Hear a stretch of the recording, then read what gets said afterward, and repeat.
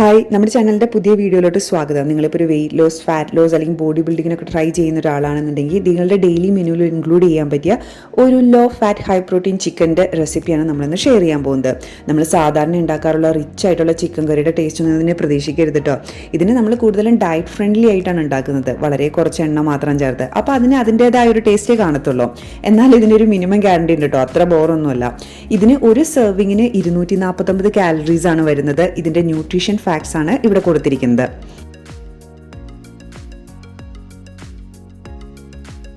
ഞാനിപ്പോൾ ഈ ചിക്കൻ്റെ ഈ റെസിപ്പി ഉണ്ടാക്കുന്നത് 7 സെർവിങ്ങിന് വേണ്ടിയിട്ടാണ് കേട്ടോ.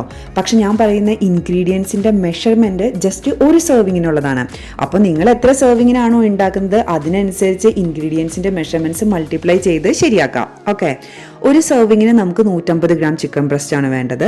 ഒരു സെർവിങ്ങിന് നമുക്ക് ഏകദേശം ഒരു 2 മുതൽ 3 വെളുത്തുള്ളി അല്ലി വരെയാണ് വേണ്ടത്. ഇപ്പോൾ ഞാൻ ഉണ്ടാക്കുന്നത് 7 സെർവിങ്ങിനാണ്, അതുകൊണ്ടാണ് ഇത്രയും വെളുത്തുള്ളി എടുത്തു വച്ചിരിക്കുന്നത്. പിന്നെ ഒരു ചെറിയ കൈപ്പിടി കറിവേപ്പില, അതിനൊന്നും കറക്റ്റ് മെഷർമെൻറ്റ് ഇല്ല കേട്ടോ. പിന്നെ ഒരു ഹാഫ് ലെമണും. ഇനി മിക്സിയുടെ ചെറിയ ജാറിലോട്ട് ഞാൻ ആവശ്യത്തിന് കുരുമുളക് ചേർക്കാണ്, നിങ്ങളുടെ എരിവിനനുസരിച്ചുള്ളത്. പിന്നെ നിങ്ങൾ എത്ര സെർവിങ്ങിനാണ് ഉണ്ടാക്കുന്നത് അതിനാവശ്യമായ വെളുത്തുള്ളി ചേർക്കുക, അതിൻ്റെ കൂടെ ഈ കറിവേപ്പിലയും ചേർക്കുക. പിന്നെ ഈ എടുത്തു വച്ചിരിക്കുന്ന നാരങ്ങ ഒന്ന് പിഴിഞ്ഞ് ചേർക്കാം.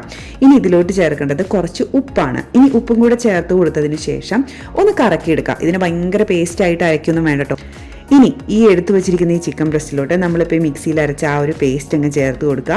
പിന്നെ ചേർക്കേണ്ടത് കുറച്ച് മഞ്ഞൾപ്പൊടിയും കുറച്ച് മുളക് പൊടിയും, ഒന്നും ആ കളർ മാറാൻ പാകത്തിന്. ഇതിന് കൂടുതലും ഫ്ലേവർ വരുന്നത് കറിവേപ്പിലയിൽ നിന്നും കുരുമുളകിൽ നിന്നൊക്കെ തന്നെയാണ് കേട്ടോ. ഈ പൊടികൾ ജസ്റ്റ് ഒരു എന്താ പറയുക, ഒരു കളർ മാറ്റം കിട്ടാൻ വേണ്ടി മാത്രം ചേർക്കുന്നതാ. ഇനി ഇതെല്ലാം കൂടി ഒന്ന് നന്നായിട്ട് മിക്സ് ചെയ്യാം. ഇനി ഇതിൽ നമ്മൾ വേറെ സ്പൈസസ് ആയിട്ട് ചേർക്കുന്നത്, ഞാനിപ്പോൾ ചേർക്കുന്നത് പെരുംജീരകം ഞാൻ വറുത്ത് പൊടിച്ച് വെച്ചിട്ടുണ്ട് ബാക്കിയുള്ള കറികളിലൊക്കെ ഇടാൻ പാകത്തിന്. അപ്പോൾ ആ ഒരു പൊടിയാണ് ഞാൻ ചേർക്കുന്നത്. ഇപ്പം നിങ്ങളുടെ പെരുംജീരകത്തിൻ്റെ ഇങ്ങനെ വറുത്ത് പൊടിച്ചതൊന്നും ഇല്ലാന്നുണ്ടെങ്കിൽ നിങ്ങൾക്ക് ഗരം മസാല ചേർക്കാം. ഇനി ഗരം മസാല ഇല്ല, പെരുംജീരകമായിട്ട് തന്നെ ഇരിക്കണമെന്നുണ്ടെങ്കിൽ നിങ്ങൾ ആ വെളുത്തുള്ളി പേസ്റ്റ് മിക്സിയിൽ അരക്കത്തില്ലേ, അപ്പോൾ ഒരു 2 ടീസ്പൂൺ അല്ലെങ്കിൽ 3 ടീസ്പൂണോ പെരുംജീരകം അതിൽ ചേർത്ത് അരച്ചാണെങ്കിലും എടുക്കാം. അതൊക്കെ നിങ്ങൾക്ക് എന്താ പറയുക, നിങ്ങൾക്ക് എങ്ങനെയാണോ ഈസി ആയിട്ടുള്ളത് അതിനനുസരിച്ച് ചേർക്കാം. എന്തെങ്കിലും തരത്തിലുള്ള ഒരു ഗരം മസാലയോ അല്ലെങ്കിൽ പെരുംജീരകമോ ഒക്കെ ചേർത്തോളൂ കേട്ടോ. അല്ലെങ്കിൽ ഇത് എന്താ പറയുക, യാതൊരുവിധ സ്പൈസിൻ്റെ ടേസ്റ്റ് ഇല്ലാതെയായി പോകുന്നോണം തോന്നും. ഇനി അതും കൂടെ ചേർത്ത് കൊടുത്തതിന് ശേഷം നന്നായിട്ട് മിക്സ് ചെയ്യാം. ഇനി ഇതൊരു അരമണിക്കൂറെങ്കിലും മാരിനേറ്റ് ചെയ്ത് ഫ്രിഡ്ജിൽ വെക്കണം, എന്നാലേ ടേസ്റ്റ് ഉണ്ടാവത്തുള്ളൂ. ഞാനിതിപ്പോൾ ഫ്രീസറിലോട്ട് എടുത്ത് വയ്ക്കാൻ പോകാം കേട്ടോ. ഞാൻ ഇനി ഇത് 2 ദിവസം കഴിയുമ്പോൾ കറിയാക്കത്തുള്ളൂ. അപ്പോഴാണ് ഞാൻ ഇനി ബാക്കിത്തെ വീഡിയോ ഷൂട്ട് ചെയ്യാൻ പോകുന്നത്. അപ്പോൾ ഒരു ടിപ്പാണ്, നിങ്ങളിപ്പോൾ ബോഡി ബിൽഡേഴ്സാണ് അല്ലെങ്കിൽ വെയിറ്റ് ലോസ്, ഫാറ്റ് ലോസിനൊക്കെ ട്രൈ ചെയ്യുന്നവരാണെന്നുണ്ടെങ്കിൽ എപ്പോഴും ഇതുപോലെ മാരിനേറ്റ് ചെയ്ത ചിക്കനോ ഫിഷോ ഒക്കെ എപ്പോഴും ഫ്രീസറിൽ വെക്കുന്നത് നല്ലതാണ്. കാരണം നമുക്ക് നമ്മുടെ കയ്യിലുള്ള ഫുഡൊക്കെ പെട്ടെന്ന് തീർന്നു കഴിഞ്ഞ് കഴിഞ്ഞാൽ നമ്മൾ ഈ ജങ്ക് കഴിക്കാൻ ചാൻസ് കൂടുതലാണ്.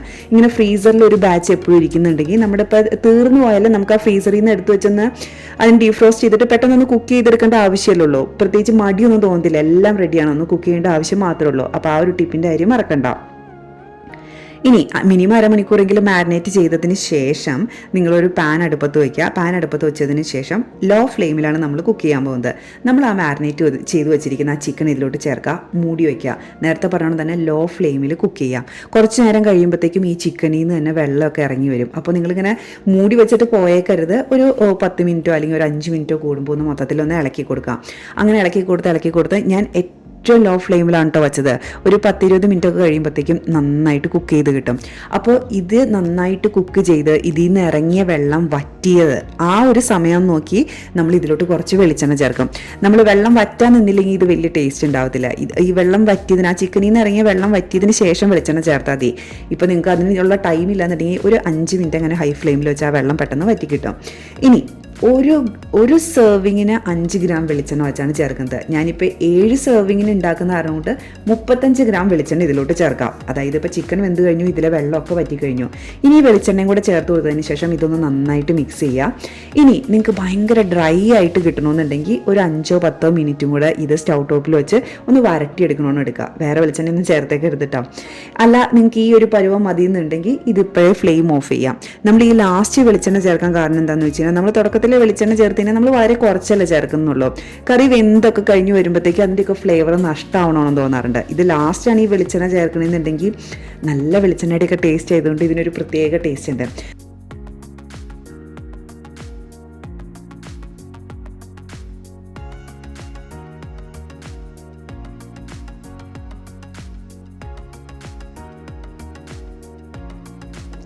ഇനി വെളിച്ചെണ്ണയൊക്കെ ചേർത്ത് കൊടുത്തതിന് ശേഷം വീണ്ടും കുറച്ച് കറിവേപ്പിലയും കൂടെ ചേർക്കുക. നിങ്ങൾക്ക് ഇപ്പോൾ വേണമെന്നുണ്ടെങ്കിൽ ഗരം മസാല അങ്ങനെ എന്തെങ്കിലും പൊടികൾ ചേർക്കണമെന്നുണ്ടെങ്കിൽ ചേർക്കുക. അത്രയേ ഉള്ളൂ.